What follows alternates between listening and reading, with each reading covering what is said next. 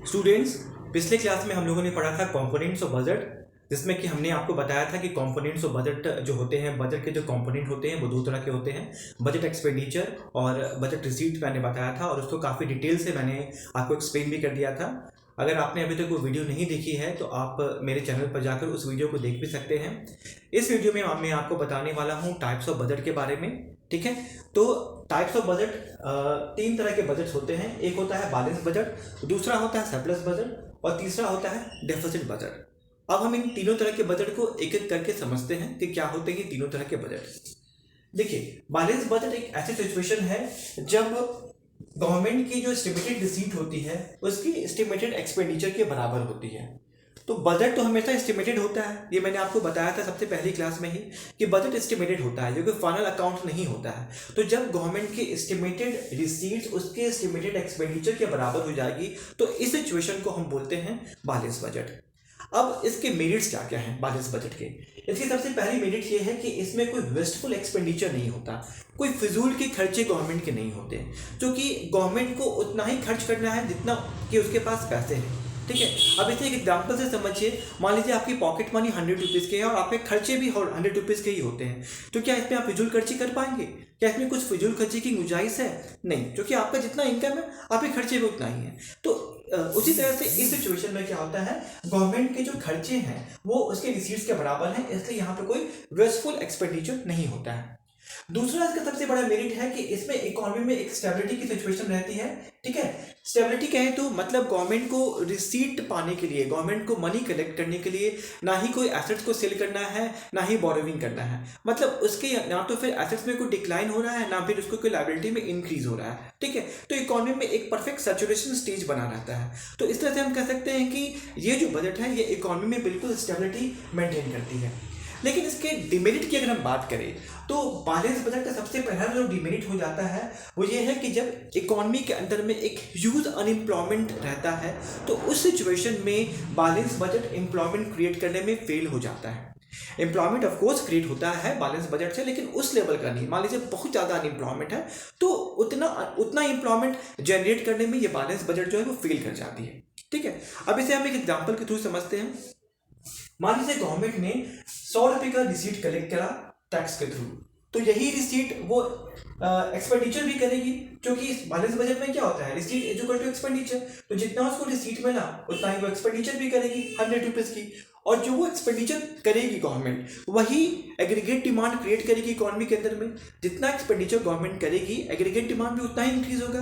यानी कि गवर्नमेंट 100 रुपये का रिसीट लेती है, 100 रुपये का एक्सपेंडिचर करती है, तो कितना इकोनॉमी में एग्रीगेट डिमांड इंक्रीज होना चाहिए? 100 रुपीज़ का इंक्रीज होना चाहिए। ठीक है, लेकिन क्या वाकई में 100 रुपीज़ का एग्रीगेट डिमांड इंक्रीज होता है? ये अब हम समझते हैं। देखिए, जब गवर्नमेंट रिसीट के थ्रू, टैक्सेस के थ्रू 100 रुपीज़ लेती है तो कंज्यूमर का जो इनकम है वो 100 रुपीज़ डाउन हो जाता है। ठीक है, अब आप ये जानते होंगे कि एमसीपी का जो कंसेप्ट होता है, मार्जिनल प्रोपेंसिटी टू कंज्यूम का जो कंसेप्ट होता है, वो ये कहता है कि अगर किसी भी कंज्यूमर का इनकम बढ़ता है तो उसका जो कंजप्शन लेवल है वो भी बढ़ जाता है, और जब उसका इनकम घटता है तो उसका कंजप्शन लेवल भी डाउन हो जाता है। अब यहाँ पर हम ये समझते हैं कि मान लीजिए ये जो कंज्यूमर है जिससे कि 100 रुपीज़ कलेक्ट किए गए हैं, उसके इफेक्ट से क्या होता है कि एमसीपी जो है वो 0.5 है, यानी कि 50%। मतलब कि अगर जितना भी इनकम बढ़ा है, सॉरी जितना भी इनकम घटा है, उस इनकम के डिक्लाइन के का इफेक्ट क्या हो रहा है कि जो कंज्यूमर है उसका कंजप्शन जो है वो 50% डाउन हो जा रहा है। ठीक है, तो यहाँ पर 100 रुपये जो कंज्यूमर ने गवर्नमेंट को पे किए थ्रू टैक्सेस, उसके इफेक्ट के कारण क्या हो रहा है, उसका जो कंजप्शन लेवल कितना डाउन हो रहा है, 50 रुपये डाउन हो जा रहा है। ठीक है, अब हमने यहाँ पर देखा था कि जब रिसीट एक्सपेंडिचर के बराबर थी तो यहाँ पे हम देख रहे थे कि एडी कितना हो रहा था, 100 रुपीज़ हो रहा था। तो नेट एग्रीगेट डिमांड कितना हो रहा है? नेट एग्रीगेट जो हो रहा है वो हमारा हो रहा है 100 रुपये माइनस 50 रुपये।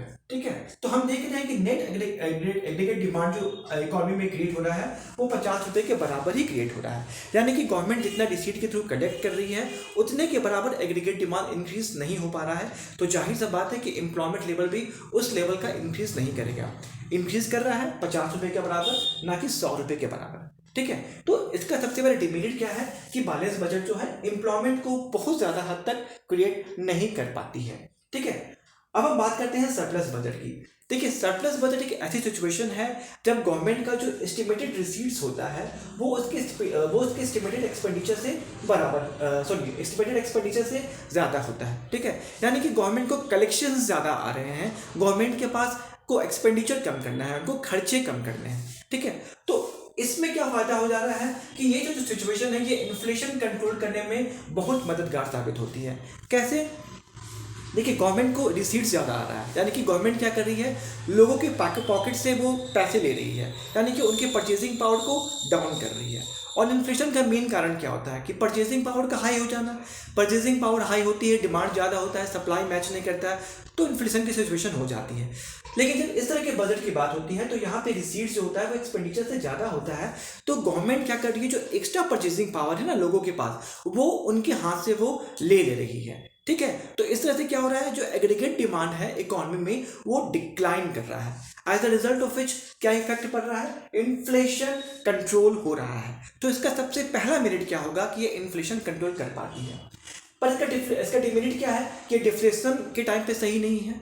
ठीक है, क्योंकि ये क्या कर रही है, ये आपका एडी को कम कर रहा है, एग्रीगेट डिमांड को कम कर रहा है। और डिफ्लेशन में क्या चाहिए, डिफ्लेशन में हमको इकोनॉमिक एक्टिविटीज़ को बूस्टअप करना है, हमको प्रोडक्शन को बूस्टअप करना है, हमको इन्वेस्टमेंट को बूस्टअप करना है, तभी तो हमारा एम्प्लॉयमेंट लेवल ऊपर जाएगा। ठीक है, हमारा आउटपुट लेवल ऊपर जाएगा। लेकिन इस सिचुएशन में क्या हो रहा है, चूंकि रिसीट्स ज़्यादा है, हम लोगों के पॉकेट से पैसे ले रहे हैं, गवर्नमेंट पैसे ले रही है, उनकी परचेजिंग पावर को कम कर दे रही है, एडी कम कर दे रही है, तो उसके परिणाम स्वरूप क्या होता है, इन्वेस्टमेंट कम हो रहा है, प्रोडक्शन कम हो रहा है, आउटपुट कम हो रहा है, एम्प्लॉयमेंट कम हो रहा है। तो ये जो सिचुएशन होती है हमारा सरप्लस बजट की, ये डिफ्लेशन के टाइम पर सुटेबल नहीं होती है। ठीक है, अब हम लोगों ने ये दो बजट को पढ़ लिया।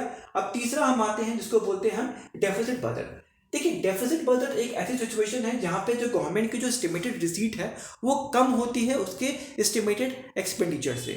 ठीक है, तो अब इसमें क्या है, देखिए यहाँ पे रिसीट ज्यादा था, यहाँ पे रिसीट कम हो जा रहा है, तो ठीक है, इसका उल्टा इफेक्ट पड़ेगा। ये जो था सरप्लस बजट में, ये इन्फ्लेशन के टाइम में बढ़िया था, लेकिन ये जो डेफिसिट बजट होगा ये हमारे डिफ्लेशन के टाइम में सही नहीं रहेगा, तो ये इसका डिमेरिट हो जाएगा।